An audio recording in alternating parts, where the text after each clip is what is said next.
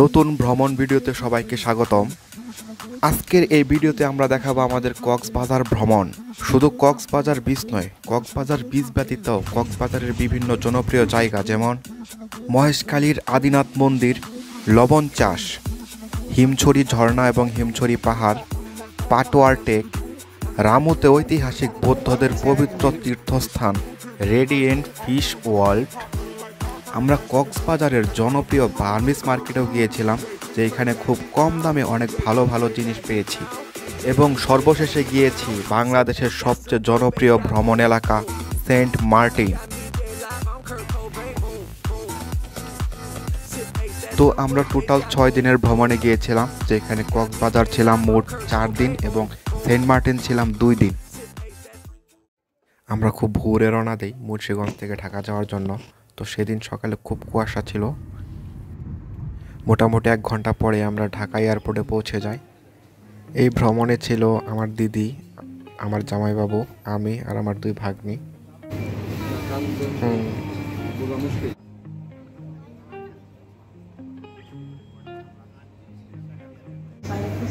এখন আমরা আছি ডোমেস্টিক ডিপার্টমেন্টে এয়ারপোর্টে। এখন আমরা দেশে আছি, একটু পরে বাংলাদেশ ছেড়ে যাবো কক্সবাজার। সাথে আছে তিতলি, বিন্দু। এই যে তুমি কিছু বলো দেখি, তুমি বলো। তুমিও বলবা না?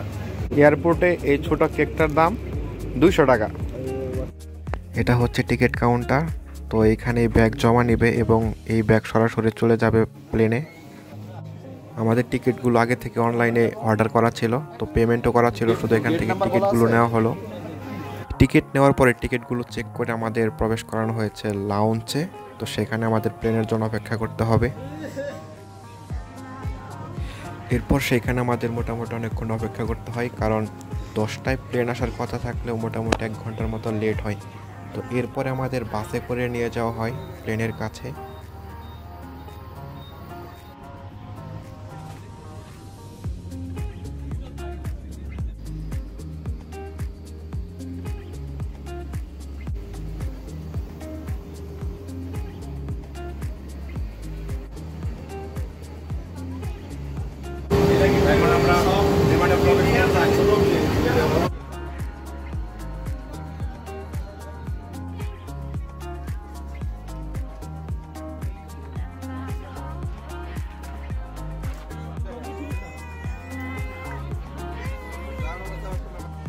প্লেনটি মোটামুটি ভালোই বড় ছিল।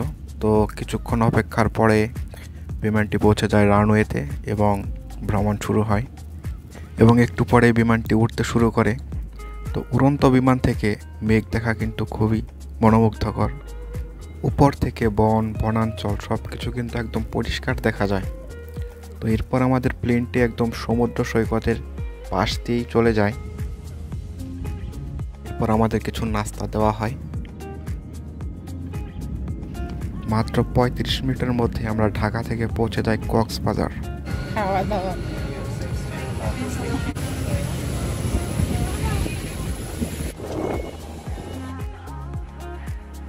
কক্সবাজার এয়ারপোর্ট থেকে আমরা সরাসরি চলে যাই হোটেলে।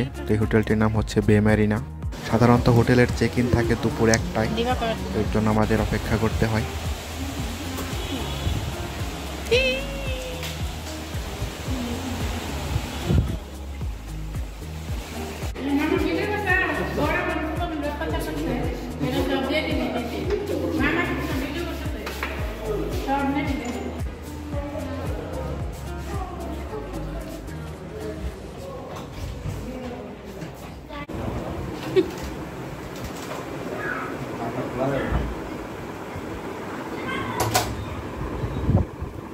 হ্যালো গাইজ, আজকে আমরা আমাদের কক্সবাজার হোটেলের আপনাদের দেখাবো। প্রথমে দরজাটা আছে, ঢুকতে এখানে একটা বিছানা, জুতো রাখা যায়। পরে একটা টিভি আছে যেটা মামা এখন দেখছে। পরে আছে একটা বেডরুম, সেটা আপনাদের আমি দেখাবো। দেখেন বেডরুমটা, বেডরুমে একটা সুন্দর দেখে বেড আছে। তারপরে এই যে এখানে জামা কাপড় রাখার জন্য, তারপরে হলো সবাই শুয়ে রয়েছে। এই বেডটা অনেক বড়। তারপর আমার মা, তারপর আরেকটা রুম আছে। আমাদের মোট 3টা রুম।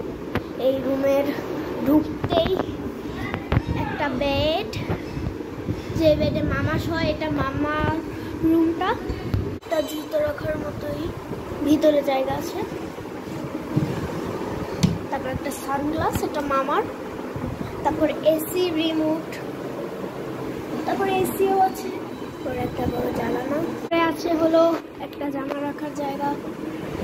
এটা অনেক শক্ত, খুলতে অনেক কষ্ট হয়। দেখেন, এসে আমরা জামা কাপড় রেখে দিয়েছি, কত কত জামা কাপড়। তারপর একটা ওয়াশরুম আছে। ওয়াশরুমের লাইটটা জ্বালিয়ে দিলাম। এখানে স্নান করা যায়। একটা বড় সবাই টিভি দেখছে। আমাদের তিতলি মামনি সে এতক্ষণ ব্লগ বানাইছে। একটু নাচো গানে।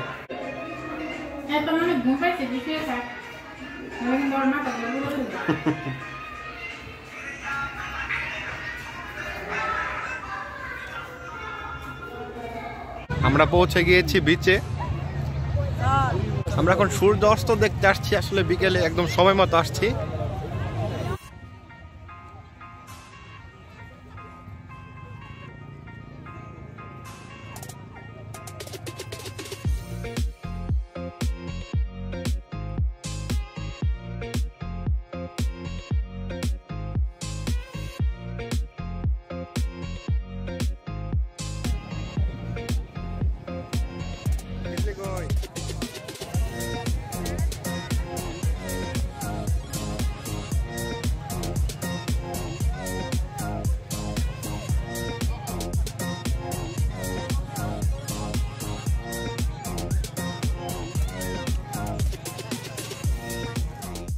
বিকেলে সমুদ্র সৈকতে ঘোরাফেরার পরে আমরা অটো করে চলে যাই রেডিয়েন্ট ফিশ ওয়ার্ল্ডে। অনেক বড় লাইন।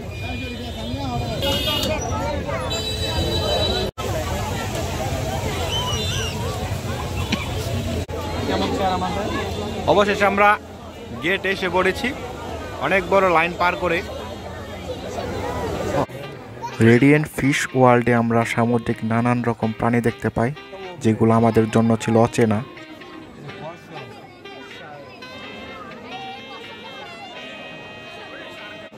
রেডিয়েন্ট ফিশ ওয়ার্ল্ডের টিকিট মূল্য 300 টাকা। তাই ভেবেছিলাম হয়তো সেখানে এরকম কিছু দেখতে পাবো, কিন্তু গিয়ে দেখে এরকম কিছুই নেই।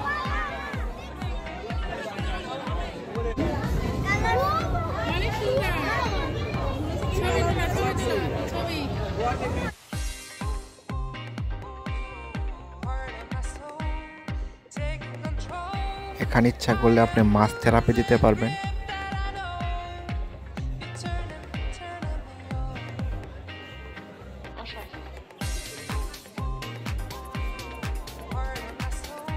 কারোর ইচ্ছা হলে শপিং করতে পারবে। এরপর আমরা সেখান থেকে চলে যাই আবার কক্সবাজার বিচে। তো সেখানে মাছের বাজার আছে, সেখান থেকে খাওয়া দাওয়া করা হবে।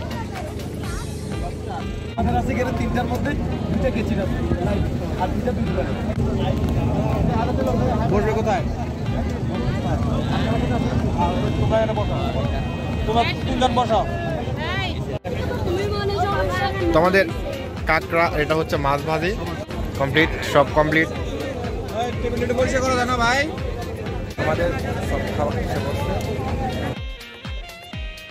তো কক্সবাজারের প্রথম দিনের ভ্রমণ আমাদের এইখানেই শেষ।